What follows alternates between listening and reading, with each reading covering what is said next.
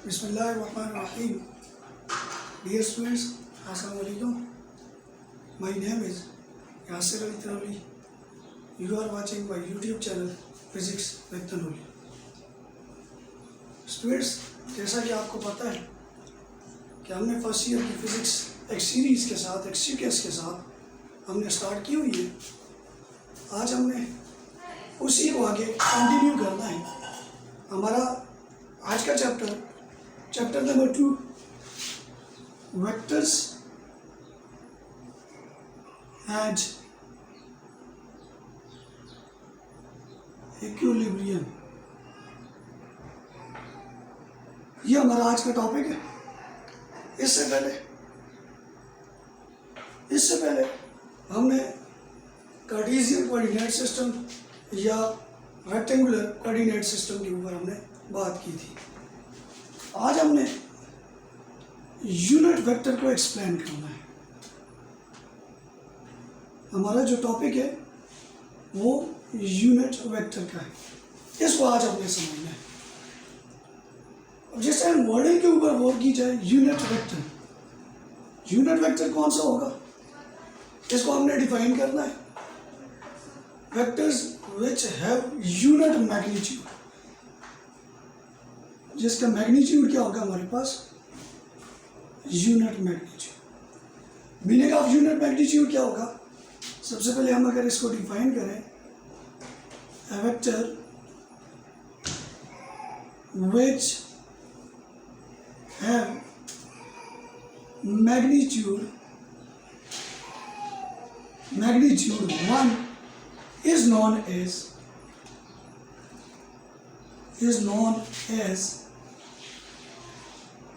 unit vector। Secondly, unit vector किस purpose के लिए यूज होता है, तो ये डायरेक्शन ऑफ वेक्टर को, पर्पस इसका आ गया जी, used for direction of vector, used to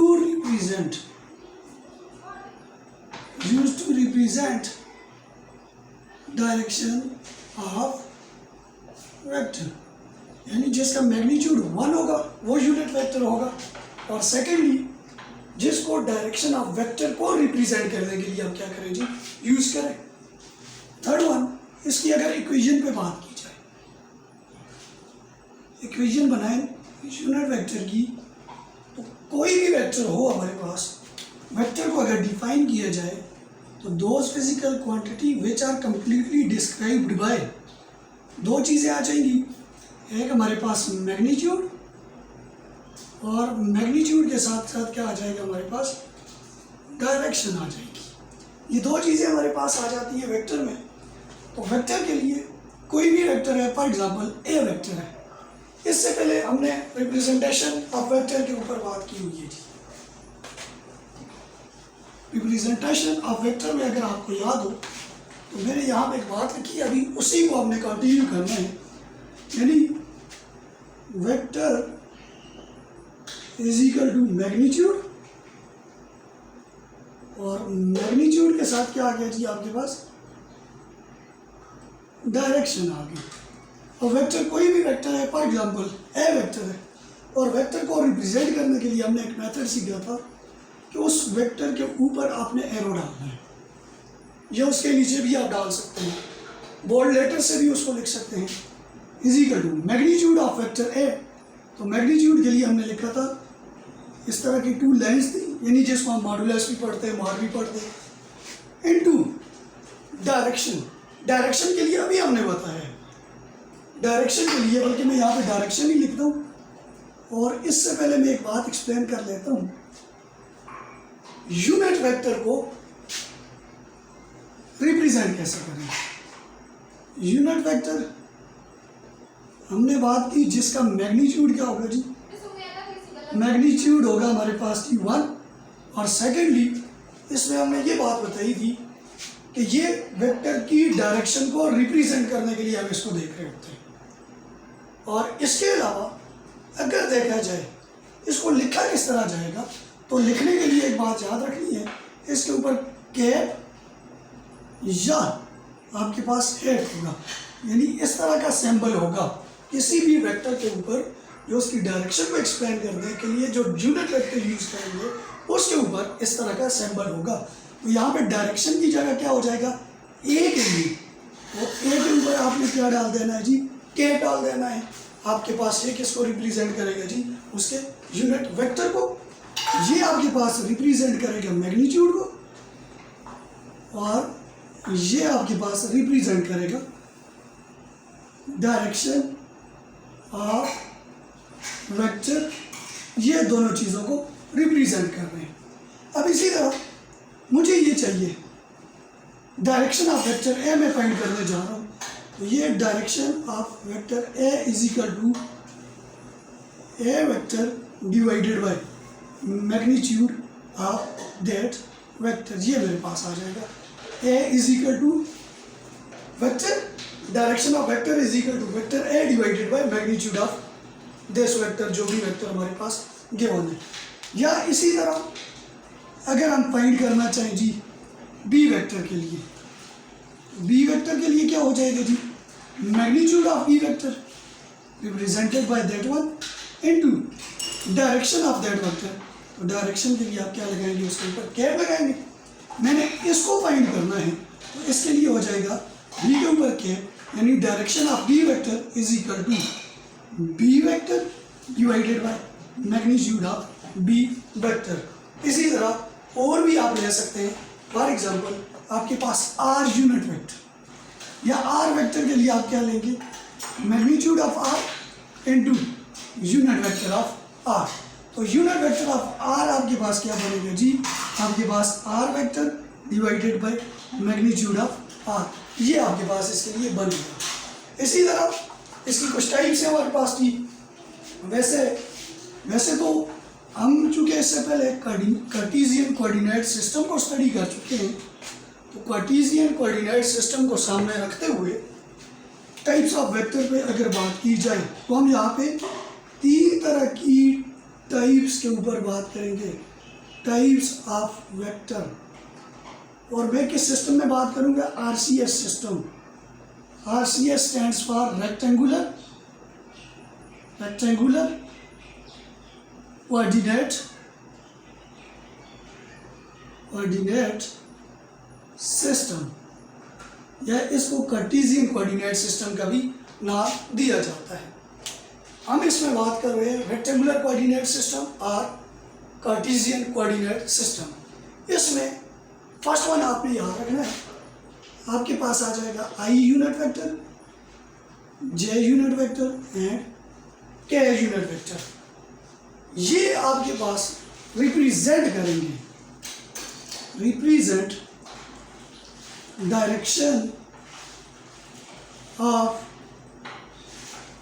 x Y and Z components of vector, represent direction of x, y and z components of vector. x, y और z कंपोनेंट्स को represent करेंगे।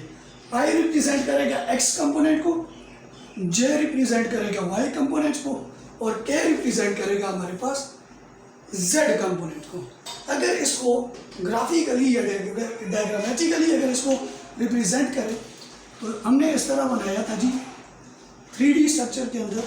ये हमारे पास था जी x था, ये रिप्रेजेंट कर रहा था y को, और ये रिप्रेजेंट कर रहा था z एक्सिस को, x axis, y axis and z axis. तो हमने कहा i j k रिप्रेजेंट करेंगे कंपोनेंट्स ऑफ वेक्टर को, x कंपोनेंट को रिप्रेजेंट करेगा i, y कंपोनेंट को रिप्रेजेंट करेगा j, और z कंपोनेंट को रिप्रेजेंट करेगा k। ये हमारे पास इसका रिजल्ट आ जाएगा। लेट हमारे पास एक वेक्टर है a is equal to 2i plus 3j plus 3k unit vector. तो ये हमारे पास 2i plus 3j plus 3k किसको रिप्रेजेंट करेगा, यूनिट वेक्टर i रिप्रेजेंट करेगा कि ये जो कंपोनेंट है ये आपके पास x एक्सिस का कंपोनेंट है। इसी तरह यूनिट वेक्टर j रिप्रेजेंट करेगा कि ये जो आपके पास 3 है ये जे आपके पास जे यूनिट वेक्टर ये रिप्रेजेंट करेगा ये कौन सा कंपोनेंट है आपके पास वाई कंपोनेंट है। इसी तरह के जो है वो आपके पास के यूनिट वेक्टर आपके पास रिप्रेजेंट करेगा ये कौन सा है आपके पास जेड कंपोनेंट है। यानी तीन कंपोनेंट आगे X component Y component and Z component. X component को आई यूनिट वेक्टर रिप्रेजेंट कर रहा है, वाई कंपोनेंट को जे यूनिट वेक्टर रिप्रेजेंट कर रहा है और जेड कंपोनेंट को के यूनिट वेक्टर रिप्रेजेंट कर रहा है। इसी तरह सेकंड जो है वो अगर हम 2D उसमें स्टडी करें आर के लिए, सेकंड इसकी आ गई आरसीएस में, RCS stands for rectangular coordinate system.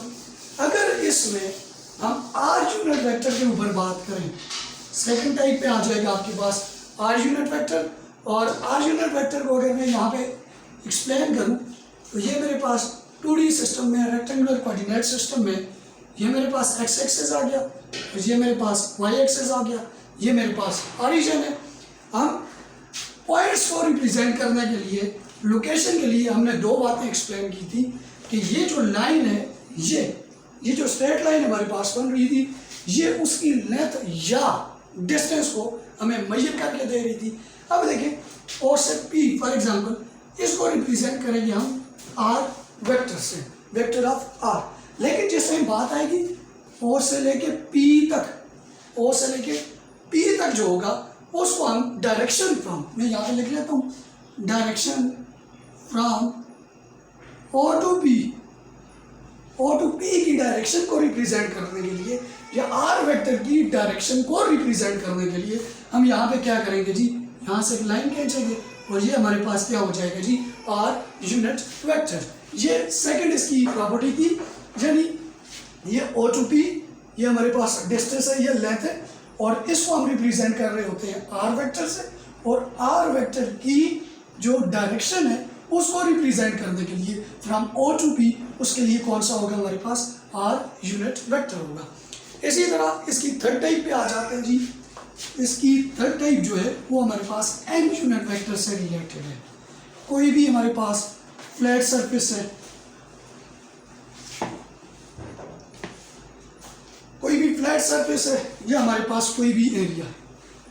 Third one is n unit vector.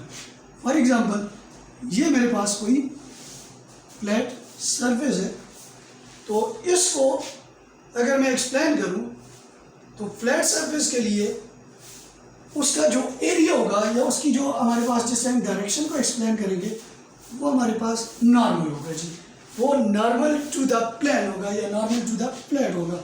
यानी एन यूनिट वेक्टर के लिए ये हमारे पास किसके होगा जी, नॉर्मल टू द प्लेन, ये हमारे पास आ गया। या कोई भी फ्लैट सरफेस एरिया है तो इसके लिए एरिया वेक्टर जो होगा, एरिया वेक्टर ए को अब मैं एरिया वेक्टर से रिप्रेजेंट कर रहा हूँ। दो चीज़ें आ जाती हैं, मैग्नीट्यूड, मैग्नीट्यूड के लिए ये मॉड इनटू इसका जो यूनिट वेक्टर है, यूनिट वेक्टर तो आपको पता है ना, ये हमारे पास दो चीज़ें आ जाएंगी, ये इसकी ये आपके पास आ जाएगा एन यूनिट वेक्टर और ये इसकी डायरेक्शन है। तो वैसे तो हम क्या ले रहे होते हैं जी, हमारे पास ए यूनिट वेक्टर ले रहे होते हैं। यहाँ पे एरिया के लिए ए यूनिट वेक्टर नहीं है, एरिया के लिए हमने किसको रिप्रेजेंट किया हुआ है, एन यूनिट वेक्टर को। तो ये हमारे पास area vector is equal to magnitude of A into N unit vector. N unit vector के लिए अगर मैं यहाँ से इक्वेशन बनाऊँ तो N unit vector is equal to vector of A divided by magnitude of A, ये मेरे पास बन जाएगा। इसी तरह एक दो चीज़ें और भी बता दूँ, मेरे पास n unit vector is equal to one, यानी यूनिट वेक्टर किसके इक्वल होगा, हमारे पास वन के इक्वल होगा। I unit vector, J unit vector और के यूनिट वेक्टर ये भी किसके इक्वल होगा, हमारे पास वन के इक्वल होगा। एक और चीज़, अगर मैं यहाँ पे अगर थोड़ा सा इसको हॉरिजॉन्टली डायरेक्शन में लेके आऊँ, यहाँ पे जो एंगल बनेगा वो कौन सा बनेगा जी, एंगल जो बनेगा वो किसके इक्वल होगा, हमारे पास 90 डिग्री के इक्वल होगा। यानी तीन केसेस हमने यहाँ पे स्टडी किए। एक हमारे पास first one is i j k, second one is हमारे पास are unit vector and third one is n unit vector. इसके साथ हमारा नेक्स्ट टॉपिक होगा जी एडिशन ऑफ वेक्टर्स।